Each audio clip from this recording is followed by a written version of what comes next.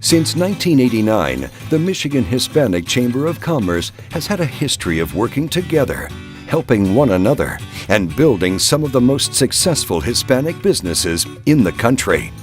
The birth of the Michigan Hispanic Chamber of Commerce was a difficult one. As Hispanics, we had not learned at that time to work together. But we were all young suppliers. We were suppliers that were struggling to keep our doors open. We were suppliers that didn't know the ropes. We had no friends within the organization. The corporate world was a strange world to us. Young, struggling businesses in a strange new world. The MHCC was formed at the persistence of Ray Jensen of Ford Motor Company. The phone would ring and ring and ring 3 or 4 times a week. Mr. Jensen. Yes, Mr. Jensen.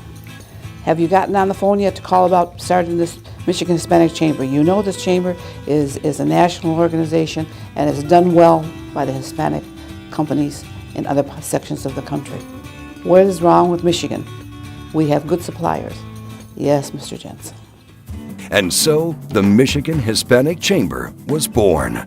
I could tell from the first day I joined the board, it was a unique organization. It maintained inclusiveness. And what I mean by that is that it allowed us who were non-Hispanic to participate in the formation of a dynamic organization. In order to grow, we had to begin fundraising. Our first event was the Gala, and 25 years later, it's still a hit. We sure know how to throw a party. Our first gala was the first thing to bring us any kind of good money. The wives were all involved, Nellie Bravo, Rika Gonzalez, and it was a sellout. All Hispanics like to dance, and we all like to eat. So we combined the two together, and we've had a flourishing event every year. Our golf outing has become one of the premier golf events in the state of Michigan. I don't remember the galas, but I can tell you this, I remember the golf outings. And the golf outings were always, they were pretty unique. We grew the chamber golf outing really from 2 to actually 5 golf courses.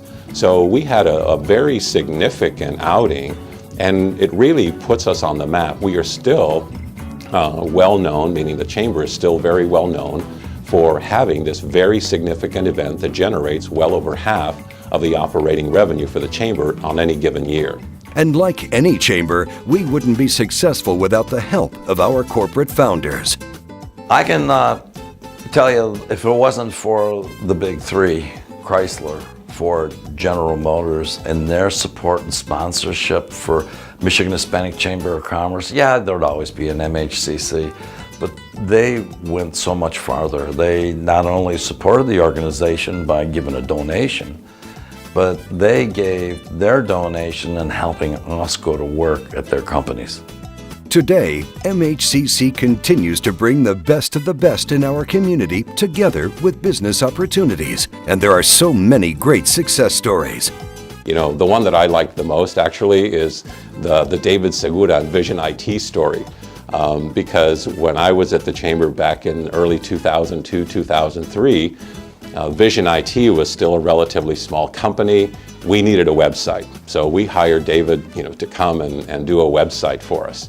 And so he went and, participated in that process. And then, all of a sudden he went from this, relatively small, million plus business to, the $500 million or better that he is today.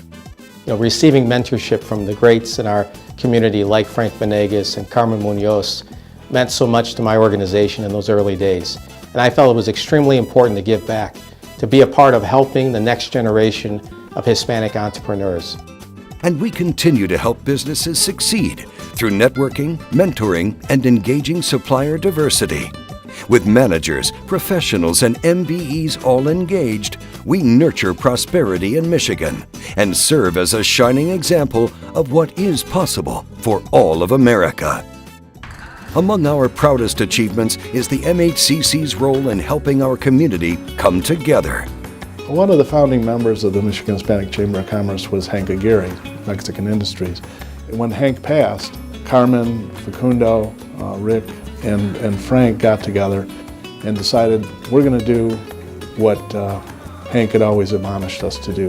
We're going to create jobs in the empowerment zone in the Hispanic Manufacturing Center, which at the time was the warehouse for the GM Cadillac plant down on Clark Street. Rick and Frank got together and we went to the churches down there in Detroit and got the gangs to come to the church because it was the only place they could come where they wouldn't shoot each other, basically, and talk to them about what it would take to get them out of the gang mentality and how we could get them involved in the community and becoming a positive influence in the community. And what they said was, we need good jobs, we need a way to make money.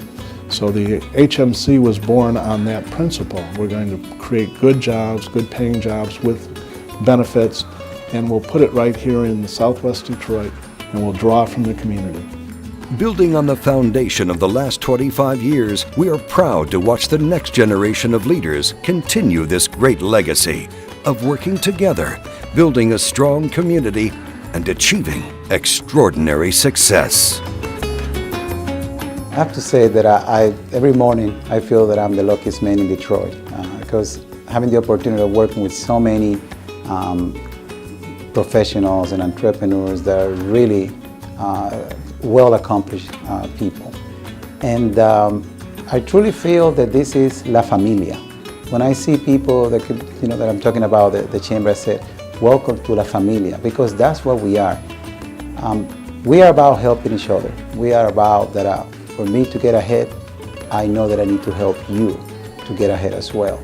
So welcome to La Familia MHCC, and I really look forward to continue building this family even larger than it is. And you know how Hispanic families are large, right? But thank you and welcome to MHCC.